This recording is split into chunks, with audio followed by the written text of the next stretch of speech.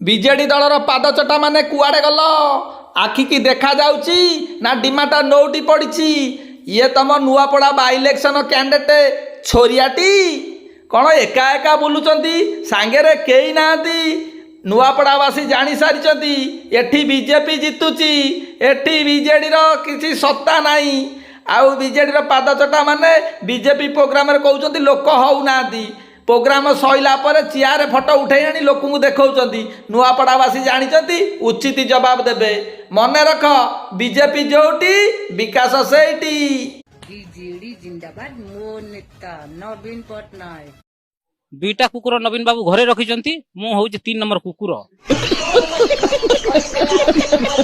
ଏ 3 number କୁକୁରକୁ ତୁମେ ଯଦି ମୁଠାଏ ଖାଇବାକୁ ଦବନି, ଟିକେ ରହିବା ପାଇଁ ଗୋଟେ ଜାଗା ଟିକେ ଦିଅ।